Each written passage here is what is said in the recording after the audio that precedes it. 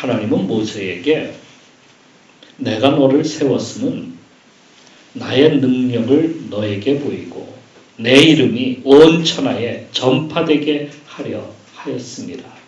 이렇게 출애굽기에서 말씀하였고요. 마태복음 28장 말씀에서도 너희는 가서 모든 족속으로 제자를 삼아 아버지 아들과 성령의 이름으로 세례를 주고 베풀고 세례를 베풀고 내가 너희에게 분부한 모든 것을 가르쳐 지키게 하라 하시면서 하나님의 이름을 온 세상에 전파되기를 알려주기를 말씀하고 계십니다. 그러니까 우리 인생의 사명은 하나님의 이름을 온 세상에 알리고 전하는 거예요. 그러니까 우리의 사명은 하나님의 영광을 나타내는 것이고 그 이름을 알리는 것. 온 세상 사람들이 하나님을 알게 하는 것. 그게 우리의 삶이에요. 그런데 아담과 하와가 선악과를 먹은 이후부터 사람들은 어떻게 변했냐면 자기 이름을 내고자 하는 거예요. 하나님의 이름을 내고자 하는 것이 아니라 자기 이름을 내고 자기에게 영광을 돌리고 하는 것이 인간의 삶이 되고 말았어요. 가인이 아벨을 죽인 것을 가만히 보게 되면 그 이유가 어디에 있냐면 하나님이 자기 이름을 불러주지 않았다는 거예요. 가인이. 하나님이 자기 이름을 알아주고 불러줘야 되는데 안 불러줬다. 그게 이유입니다. 홍수 사건 이후에 온 인류가 다 사라지고 말았죠. 그런데 거기에 노아와 그 가족들만이 나왔어요. 그리고 이제 사람들이 퍼진 후에 처음으로 일어난 아주 거대한 하나의 사건이 있었는데 그 사건이 무엇이냐면 바벨탑 사건이었어요. 바벨탑을 짓는 것. 거기서도 사람들이 이런 말을 해요. 탑을 하늘에 닿게 하여 우리 이름을 내고 누구의 이름을 내자는 거예요. 우리 누구? 사람들의 이름을 내. 인간의 이름을 내자. 자기 이름을 내겠다는 거예요. 이게 사람들이 행하고자 하는 삶이다. 그러니까 자기의 이름을 내는 것이 인생의 목적처럼 되고 말았어요. 그거 있잖아요. 우리 속담에도 호랑이는 가죽을 남기고 사람은 뭘 남긴다? 이름을 남긴다. 이름을 후대에까지 남기는 것. 그게 우리 인생의 어떤 목적처럼 그렇게 우리가 살아가고 있다는 것을 보여주는 거예요. 솔로몬도 그 중에 한 사람이었어요. 그는 지혜를 가지고 자기 이름을 온 세상에 알리고 싶어 했어요. 근데 그것이 점점 어떤 전쟁으로 옮겨가기 시작합니다. 소위 영웅주의가 세상에 나오기 시작했어요. 가장 강력했다는 헤라클레스, 트로이 전쟁의 영웅 아킬레우스. 여러분 많이 들어봤죠? 트로이 목마의 그 목마를 고안한 오디세우스. 돌아오는데 힘들었다고. 그 여정을 갖다가 오디세이 이렇게. 당시의 세계를 점령한 알렉산더, 브루투스에게 배반당한 그래서 죽은 율리우스 카이서, 콧대 높아서 로마 황제들을 갖다가 주무른 이집트의 클레오파트라라고 하는 여왕, 온갖 기행을 일삼으면서 자기 이름을 날린 네로, 당시의 혼란한 세상을 갖다가 통일한 왕, 성경에도 나오는 그 이름이죠. 아우구스티누스. 이러한 사람들이 세상의 영웅으로 그렇게 사람들에게 알려지고, 그래서 그런 그 모든 것들은 뭡니까? 자기 이름을 내고자 하는 그러한 일이었다. 오늘날에도 사람들의 모습은 그 별반 다르지 않아요. 주전 336년에 마케도니아의 알렉산더는 모루와 망치 전법을 가지고 그게 무슨 것이냐면 앞에서 치고 앞에서 하면 힘껏 뻥칩니다. 그러면 이 모든 전력을 그 앞에다가 다 이렇게 집중하잖아요. 그 사이에 옆으로 기습을 해버리는 거예요. 이게 망치와 모루 전법이에요.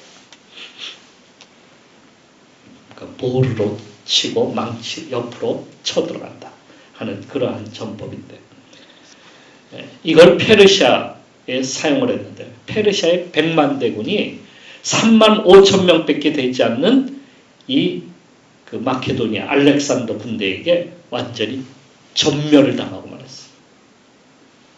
괴멸을 당했어요. 괴멸을 당해가지고 남지 않고 다 없어져 버리고 그 군대가 패해버리고 말았어요. 그들은 정광석과 같이 밀고 들어가서 그냥 그 군인들의 혼을 다 빼버려요. 적군들을. 그의 진군은 거기서 끝나지 않았어요. 이 페르시아로 쳐들어가고 페르시아뿐만 아니라 점점 아시아 쪽으로 가고 어디로 갑니까? 저 인도까지도 들어갔어요. 그것을 점령해요. 그리고 아프리카로 또 내려가죠. 얼마나 빠르게 치고 나갔는지 지금까지 세계에서 가장 빠른 군대 하면은 알렉산더 군대. 현대전보다도 더 강력하게, 더 빠르게 치고 들어갔어요. 성경에는 그의 군대를 갖다가 비유하여서 나오는데 어떻게 비유해요? 날개 달린 표범이다. 날개 달린 표범으로 비유하고 있어요. 그래서 그의 진군은 아프리카와 아시아, 인도에까지 이르게 되었다. 근데 너무 빨라서일까? 알렉산더는 몇 세에 죽었냐면 33살에 죽고 말았어요. 예수님께서 33살에 돌아가셨잖아요. 근데 알렉산더도 33살에 죽었어요. 근데 그는 어떻게 죽었냐면 전쟁에서 진군하고 막 그러다가 이질에 걸려서 빠른 나이에 죽고 말았어요. 그가 죽을 때에 자기의 손을 밖으로 다 내보이게 해달라고 그렇게 했다고 전해오고 있는데 그것을 두고 사람들은 인생은 빈손으로 왔다가 빈손으로 가는 것임이 분명하다. 이렇게 그의 유언한 것을 보고 말을 했다는 것. 정말 그랬다면, 그것을 알았다면 알렉산더가 죽을 때에 자기 자신은 정말 아무것도 가지고 가지 못하는 인생임을 정말 절실히 깨달은 것이 아니겠는가. 사람들은 그걸 잘 깨닫지 못해요. 그렇죠? 그걸 인생의 마지막에 가서야 비로소 깨달아. 솔로몬도 마지막 때에 가서 깨닫잖아요. 인생이 헛되고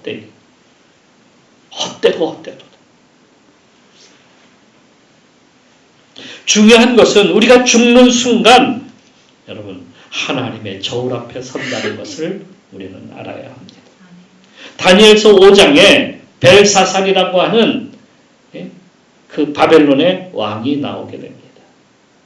그는 당시에 중동의 넓은 제국을 갖다가 물려받았는데요. 하지만 그는 흥청망청 잔치를 일삼으며 살고 말았어요. 그러나 어느 날 잔치 중에 벽에 어떤 손가락이 하나가 탁 나타나더니 막 글씨를 쓰는 거예요. 그걸 보고 그는 뒤집어지고 말았어요. 그 글자가 그 글자는 어떤 글자였냐면 메데메네 데겔 우바르신이라는 글자였어요. 그걸 아는 사람이 없었어요. 그걸 아는 사람은 오직 그 나라에 한 사람밖에 없었는데 그 사람이 누구였냐면 다니엘이었어요. 다니엘이 와가지고 그걸 해석해 주는데 그 뜻이 무엇이냐면 왕이시여 하나님이 당신을 저울에 달아보신다고 합니다. 그런데 당신이 그 저울에 모자란다고 해요. 그래서 당신의 나라를 저 페르시아에게 준다고 말씀하세요. 그날 밤에 그는 죽고 말았어요. 그리고 얼마 후에 이 바벨론은 어디로 넘어갔을까요? 메데바사라고 하는 그 페르시아에게 넘어가고 말았어요. 그러니까 하나님은 우리를 갖다가 마지막에 달아보신다는 것을 우리는 알아야 돼요. 우리를 달아보세요. 분명하게 그것은 말씀하고 있고 보여주고 계시는 겁니다. 그래서 사람들은 인생에 있어서 자기 사명을 다해야 되는데 사명이 무엇인지 그냥 아무 사명도 없이 그냥 깨닫지도 못하고 보지도 알지도 못하고 그냥 살다가 그냥 인생을 그냥 자기의 이름을 내려고 막 애를 쓰지만 마지막에 가서는 어떻다는 거예요. 아이고 인생이 아무것도 아니구나. 인생이 이게 헛살았구나. 그게 아니구나. 헛되구나. 그런데 가장 중요한 것이 하나 있도다. 그게 뭐냐면 하나님을 아는 것이에요. 그것을 우리 인생에 하나님이 주시고 그 사명으로 주셨는데 우리가 그걸 헛되게 인생을 갖다가 보내고 아무것도 하지 못하고 인생을 빈손으로 왔다가 빈손으로 가고 마는 그러한 인생을 살고 만다는 거예요. 그래서 하나님께서 그러한 인생을 살지 말라고 예수님을 이 땅에 보내셨어요. 예수님을 통해서 우리 인생이 어떻게 살아야 되는지를 보여주셨어요. 근데 그 예수님이 어떻게 오셨냐면 어디에 오셨어요? 베들레헴 한 동네 마구간에서 말구유에 태어나셨어요. 아니 예수님이 좀 멋진 곳에 태어나셔야 되는데 왜 그런 곳에 태어났을까? 우리는 그런 의문을 가져요. 오늘 우리가 읽은 이 본문의 말씀에서도 그는 사람들이 보기에 흠모할 만한 것이 하나도 없도다 이렇게 말씀하고 있는 것처럼 하나님은 예수님을 그렇게 이 땅에 보내신 거예요. 누구도 바라보지 않았던 거예요. 며칠 전에 통일교 게이트라고 하는 것이 터졌어요. 우리나라에. 정치권을 강타했죠. 통일교 문선명이 세운 이단, 통일교는 문선명이 세운 이단 종파죠. 근데 저기 그 설악이라고 하는 곳에 가게 되면 무슨 궁전 같은 것이 거대하게 이렇게 동쪽에 그것도 동쪽으로 이렇게 딱 세워져 있어 마치 예루살렘 보듯이 그렇게 궁전이 하나가 딱 서 있어요. 거기에 뭐 누가 있대나 뭐 한학자라는 분이 거기에서 있는데 그게 그 어머니 그 있잖아 어머니 하나님처럼 그렇게 또 불려지는 거예요. 그 거기 가서 사람들이 경배를 하고 돈을 받는다. 경배한다는 게 경배는 누구한테 하는 거예요? 우리가 하나님께 하는 거 아니에요. 근데 그 사람들은 그 한학자한테 가서 절하면 그게 경배한다는 거예요. 참 희한하죠. 그런데 정치인들이 거기 가서 줄 서가지고 돈을 받아내고 정치 자금 쓰고 또 자기 선거에서 이기기 위해서 사람들을 끌어오고 이걸 지금까지 해왔던 거예요. 몰래 숨어서. 참 창피한 일 아닙니까? 그런데 그 문선명은 그동안 어떻게 이 통일교를 키웠냐면 사업을 갖다가 일으켜가지고 그걸 확장해 나갔어요. 돈 되는 것은 다 했어요. 사람들이 있으니까 갖다가 사람들을 가지고 쓰는 거예요. 그래서 그 문어발식 마치 재벌의 그 문어발식으로 막 사업을 갖다가 다 온 그 사업들을 다 관여해. 건설, 식품, 리조트, 자동차, 여행사, 학원, 병원, 언론 있잖아요. 세계일보가 거기 통일교고. 하여튼 모든 사업에 다 손을 뻗어가지고 돈을 갖다가 엄청나게 끌어들이는 거예요. 그 일화라고 하는 사업, 그 있잖아요. 재단, 일화재단. 그래갖고 거기서 학교도 운영하고 뭐 대학교까지 뭐 싹 있어요. 뭐, 예?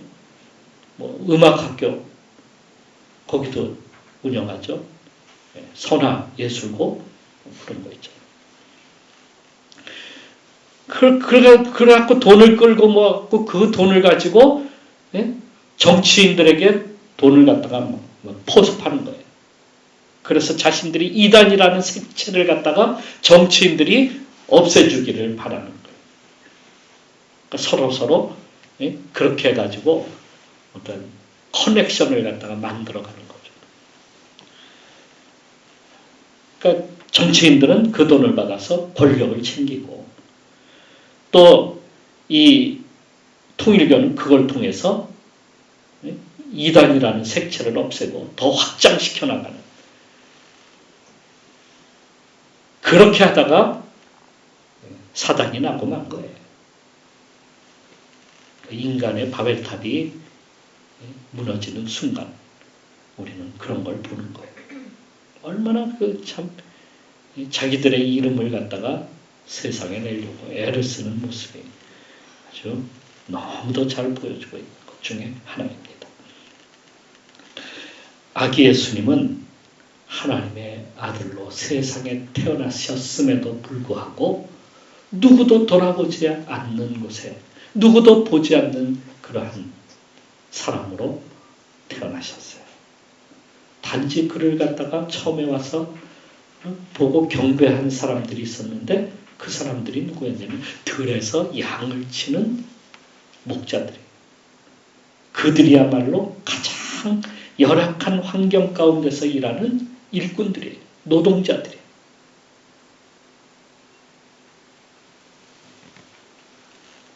그가 태어나신 곳이 말들이 쉬는 곳이었는데 뭐 그 옛날에 무슨 말들이 쉬는 곳에 뭐 훌륭한 어떤 집이 뭐 집처럼 만들어 놨겠어요. 그냥 거적대기 몇 개 놓고 나무로 뭐 이렇게 엮어 놓은 거 그 정도지. 그러니까 예수님이 태어나신 것은 그냥 말하자면 그냥 바람 겨우 막는 들판에서 겨우 바람 막는 그러한 곳에 그것도 말구유에 덩그러니 놓여있는 그곳에 주님이 태어나셨다. 주님을 거기에 누이셨다고 누가복음에 쓰고 있는 거예요. 만일에 황제의 아들로 태어났다면 아마도 그를 추종하고 따르는 자들밖에는 구원시키지 못했을 거예요. 그렇지 않습니까? 반대하는 자들은 어떻게 됩니까? 반대하는 자들은 죽음이에요.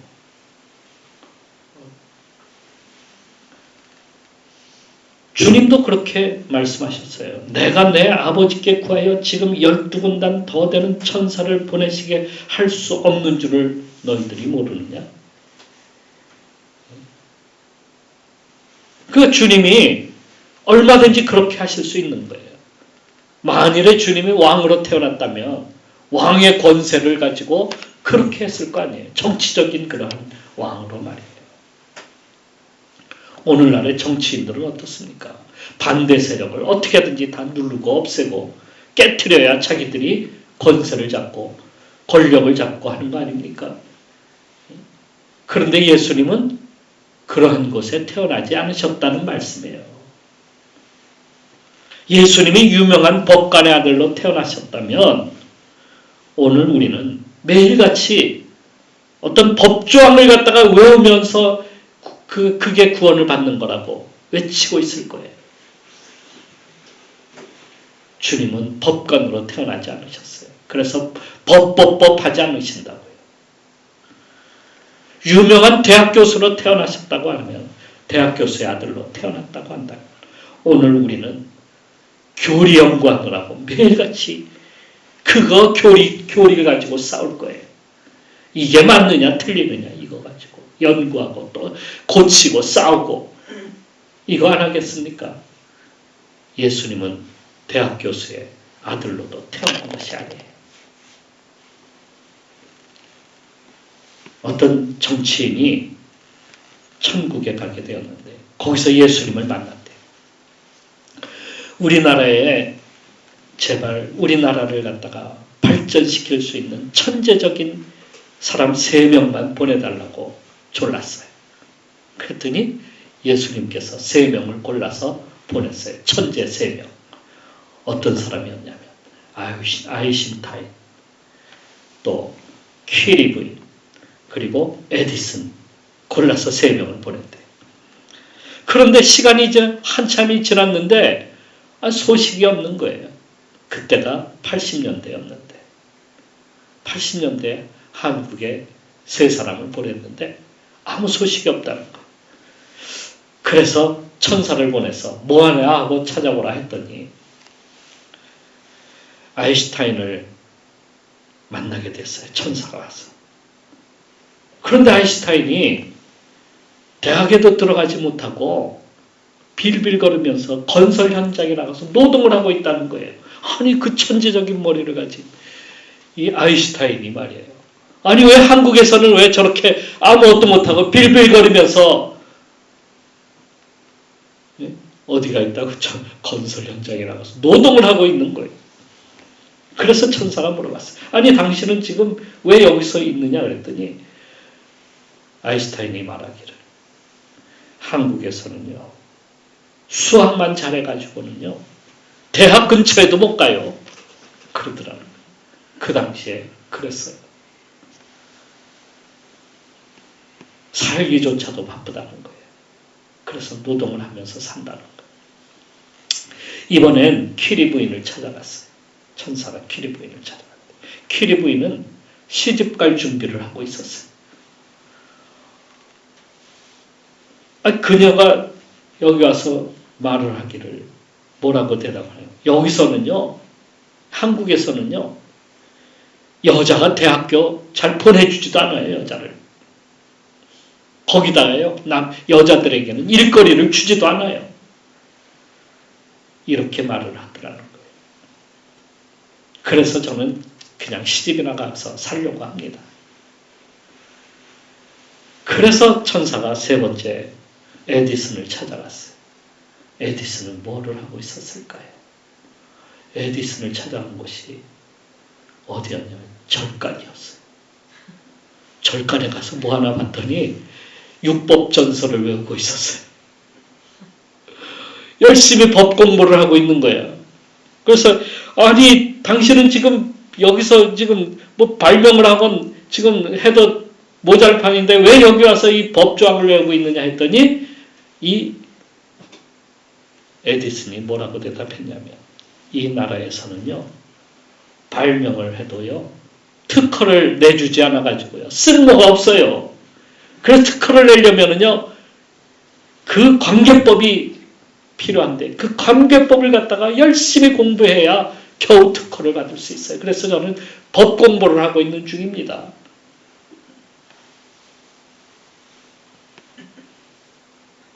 아무것도 할 수 없다는 거예요. 아무것도. 우리나라에서 사업하기가 그렇게 힘들고 나라 발전시키기가 힘들고 예수님이 우리나라에 계셨다면 어땠을까요? 그래서 예수님이 제일 가난한 동네에 거기에 오신 거예요. 모든 사람들을 구원하시기 위해서만이에요. 가난한 자리로 오셨어요. 이를 본 바울은 고린도후서 8장 9절에서 이렇게 쓰고 있어요. 우리 주 예수 그리스도의 은혜를 너희가 알거니와 부요하신 이로써 너희를 위하여 가난하게 되심은 그의 가난함으로 말미암아 너희를 부요하게 하려 하심이라. 이게 무슨 말일까요? 가난한 사람도 오라 이거예요. 그러면 부하게 된다는 거예요. 예수님을 통해서. 그러니까 예수님께 어떤 사람이라도 다 올 수 있는 거예요. 가난한 사람도, 부자들도요, 병든 사람도, 건강한 사람도, 노예도, 주인도, 유대인도, 헬라인도, 야만인도, 어떤 사람도 괜찮다는 거예요. 예수님께 오면 뭐든지 다 구원이 된다는 거예요. 이사야는 이렇게 쓰고 있습니다. 55장 1절인데 오라 너희 모든 목마른 자들아 물로 나아오라. 돈 없는 자도 오라. 너희는 와서 사 먹되 돈 없이 값 없이 와서 포도주와 젖을 사라. 누구든지 오면 되는 거예요. 어떤 사람이라도 돈 없어도 괜찮아. 가난해도 괜찮아. 병들어도 괜찮아. 이 자리에 오신 분 중에 나는 대단한 분이 올 줄 알았는데 그런 분들은 저기 어디 뭐 다른 데 다 가는가 봐. 우리는 모두 똑같아. 다 똑같은 사람.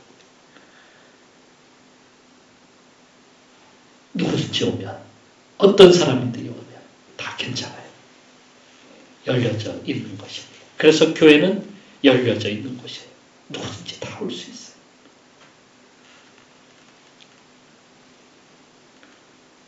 예수님을 하나님은 목자의 아들로 태어나게 하셔. 끝까지 섬기게 하셨어요.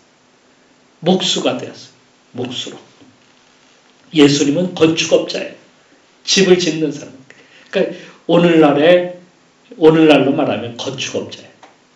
당시에는 나무로다가 집을 짓는 일이 대부분이었습니다. 그런데 목수는 부자가 아니에요. 돈 많이 번 것이 아니었어요.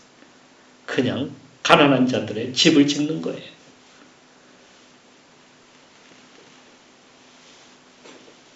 그러니 무슨 돈이 되겠어요? 나사렛 동네라고 하는 것이 무슨 큰 동네도 아니고 1000명도 안 되는 그러한 동네에 아주 시골 땅촌에 거기서 사람들의 집을 짓고 있는 거예요. 그러니 무슨 대궐 같은 집을 짓습니까? 그냥 겨우 살만한 집 짓는 거. 그것도 무슨 바빠가지고 사람들이 뭐 막 와가지고 하는 것도 아니고 얼마 되지 않는 그러한 사람들 그 속에서 그냥 같이 사는 거죠. 겨우 풀칠할 정도로 사는 거예요. 그러니까 그분은 평생 남을 섬기는 일에 시작을 했고 또 그렇게 섬기는 일로 평생을 사셨어요. 그리고 마지막에는 나무에 달리셨어요. 나무에 달리신 것도 자기의 죄 때문에 아니라 모든 사람들의 죄를 짊어지시고 대신 십자가에 그 나무에 달리신 거예요. 그러니까 주님은 섬기시기 위해서 낮아지셨다는 것을 우리는 알 수가 있습니다. 섬기는 사람이 높아지는 거 맞어요. 물론 오늘날에 섬김의 지도자라고 하는 그러한 것을 오늘도 많이 이야기하지만은 그런데 그거 하기가 너무 어려운 거예요. 낮아지지 않으면은 섬길 수가 없는 거예요. 내가 내려가지 아니하면은 섬길 수가 없는 거예요. 그 주님이 낮아지신 것은 그러한 낮아지시고 마국간에 태어나시고 또 그리고 가난하게 목수로서 사신 것은 섬기기 위해서 주님이 그러한 삶 그렇게 하나님께서 그를 그러한 자리로 내려가게 하셨다는 겁니다. 바울은 빌립보서에서 종의 형체를 입고 사셨다라고 이렇게 말씀을 하고 있는 거예요. 종의 형체. 종이라는 건 종은 섬기기 위한 거예요. 종의 목적은 섬김이에요. 평생 섬기기 위해서. 대접받는 자리가 아니에요. 종을 누가 대접을 해? 잘해도 열심히 일해도 대접해 주지 않아요. 종은 종이에요. 예수님은 평생 거기서 벗어나지 않으셨어요. 어릴 때부터 성인이 그리고 되기까지 그 일은 계속되었어요. 하지만 그것을 지겹다고 왜 내 인생은 왜 이래? 왜 나는 왜 이렇게 살아야 돼? 하지 아니하시고 사명으로 하시고 그 섬기는 것을 기쁨으로 하셨다는 것. 섬긴다는 것은 자기 몸을 내어주는 겁니다. 힘들기도 하고 고통스러울 때도 있어요. 매 맞을 때도 있고 핍박당할 때도 있고 어려움 당할 때도 있어요. 그런데도 주님은 마다하지 아니하세요. 그래서 지난주에도 성경에도 나오는데 오리를 가자고 하면 심리를 가자. 그게 섬김이에요. 그게. 오른뺨을 치면 왼뺨도 돌려드릴 정도. 종이 하는 일이 그런 거예요. 종이 무슨 권세가 있어요. 종이 무슨 권리가 있어요.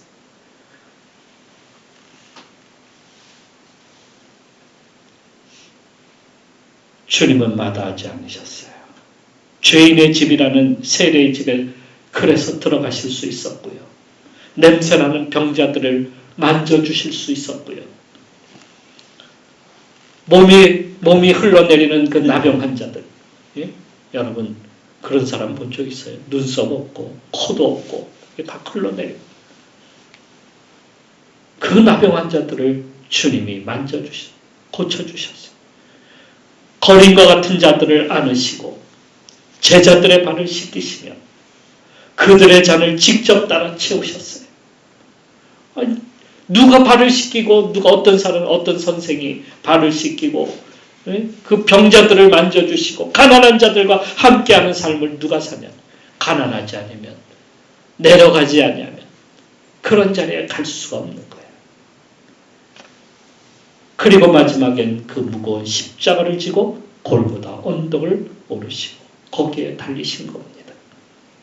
그래야 구원을 베풀 수 있는 거예요. 그래야 모든 사람을 갖다가 다 품을 수 있는 거예요. 모든 사람을 다 품기 위해서는 가장 낮은 자리로 내려가야 모든 사람을 품는 거예요. 그런데도 우리는 그를 귀하게 여기지 않았어요. 그를 돌아보지 않았어요. 당연하다고 여기고 당연히 해야 된다고 그렇게 여겼어요.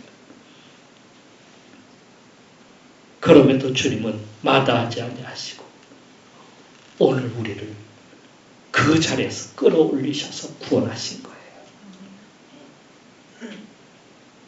마지막으로 예수님은 다른 이의 무덤에 묻히셨어요. 소유가 하나도 없어요. 마지막 가실 때까지 어떤 것도 갖지 않았어요. 무덤에 내려가서 죽은 자들을 구원하셨다라고 성경은 쓰고 있어요. 그것이 하나님의 뜻이기에 그 뜻을 이루기까지 마지막에 기도하실 때도 내 뜻대로 마옵시고 내 것을 주장하지 않으셨어요. 내 것을 주장하지 않으셨어요.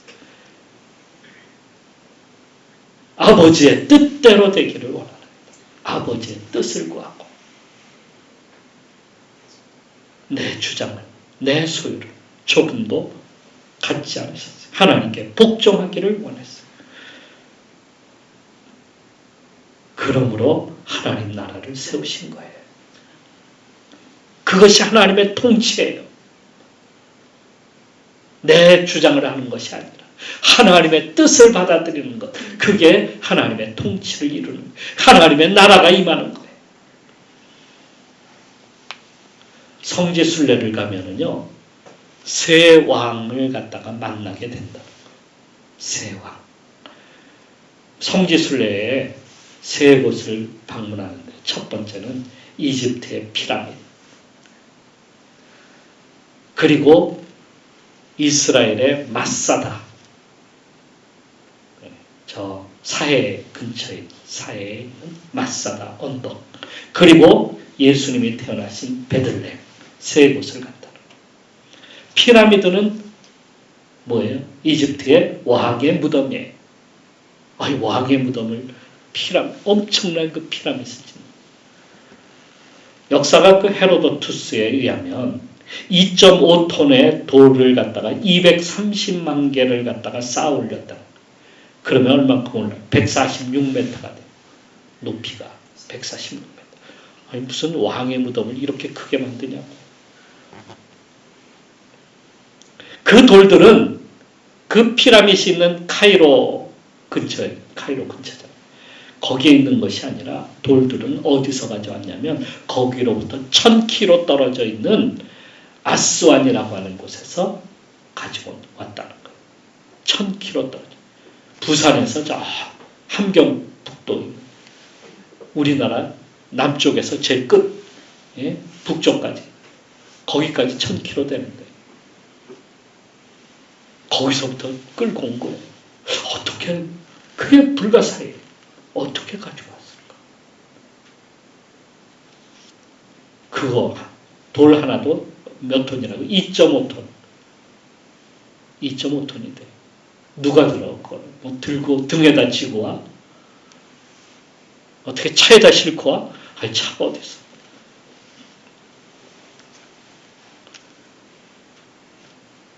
단지 무덤 하나를 세우기 위해서요. 장정 20만 명이 20년 동안 비참한 그러한 노동을 죽도록 해야지만이 그걸 세울 수 있는 것. 두 번째 마사다. 마사다에는요. 이스라엘 왕 헤롯의 겨울 궁전이 있었던 곳이 마사다예요. 산 위에 정상을 깎아서 거기에 궁을 세웠는데 거기서 사해바다가 탁 내려다보는 절경이라는 거. 마사다는 높이가 434m가 돼요. 그런데요. 해수면 거기서부터 이게 이 사해바다는 더 해수면이 아주 낮아요. 400m 해수면. 그러니까 높이가 어떻게 아래서 내려다보면 800m가 넘는 거예요.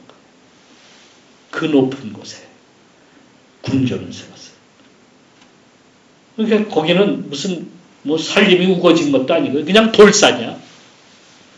거기다가 세운 거예요. 그러면 거기에 물은 어떻게 끌어들여요? 거기에 올라가면 수영장도 있고 사우나 시설 다 있는데 그럼 어떻게 해서 수영장을 관리했을까? 물을 갖다가 끌어들이기 위해서는 빗물밖에는 없잖아요. 비가 자주 내리는 것도 아닌데 빗물을 겨우 내리는 것은 빗물을 받아야만 해. 그리고요. 그것도 부족해가지고 암벽에다가 그 사이사이에다가 구멍을 갖다가 내. 어떻게 받는지 모르겠어요. 그래서 거기다 물을 받아. 그리고 인부들이 그 밧줄을 타고 내려와서 그 물을 끌어다가 그 위험한 그 밧줄을 끌고 물을 끌어올려다가 어디에다가 그 수영장에다가 물을 채우는 거예요. 왕이었어요. 그게 헤롯 왕이었어요. 그는 거기서 사우나도 하고 수영도 했어요. 마지막으로 베들레헴. 거기는 만왕의 왕이신 예수님이 태어나신 곳이에요. 그런데 거기에 가면 흔적도 없는 곳이야. 사실은 알고 보면. 교회가 세워져서 예수님이 태어나신 곳이다. 이렇게 알려지지만 사실은 아무것도 뭐 무슨 마국간이 무슨 뭐 대단한 뭐 궁전 같아. 궁전에 있는 마국간은 다르겠지. 그런데 그냥 뭐 여관에 그냥 붙어있는 하나의 그 마국간 그냥 말들이 그냥 쉬기 위해서 그냥 나무 조각 몇 개 이렇게 놓고 그냥 뭐 햇빛 가리고 뭐 그런 거 정도겠지 뭐. 그렇지 않습니까? 거기에 말구리에서 태어나셨어요. 만왕의 왕이시지만 세상에서는 아무것도 없는 분이에요. 가장 가난하고 가장 없이 소유하는 것도 없이 세상에서 살다가 가신 거예요. 그런데 뭘 하셨어요? 그냥 섬기셨어요. 사람들을 섬기고 구원하셨어요. 그거 외에는 다른 것이 없어요. 자기를 내어준 것 외에는. 바울은 이렇게 사신 예수님을 하나님께서 높여서 모든 이름 위에 뛰어나게 하셨고 하늘과 땅의 모든 자로 그분은 앞에 무릎을 꿇게 했다. 이렇게 빌립보서에서 쓰고 있어요. 그리고 모든 입으로 그분을 주님으로 불러서 하나님께 영광을 돌리게 하셨다. 정확하게 바울은 그것을 짚어주고 있습니다. 그래서 우리가 그분을 따라 살기를 바라고 있는 것. 어떤 삶? 섬기는 삶. 나눠주는 삶. 예수님 닮기를 원합니다. 우리 매일같이 부르지만 우리는 늘 대접받기를 바라고 늘 높아지기를 바라고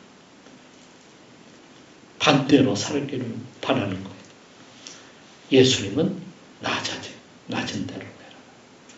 낮은 곳으로. 오늘도 섬기는 인생으로 살아가기를 주님의 이름으로 축원합니다. 기도하겠습니다. 하나님 나라는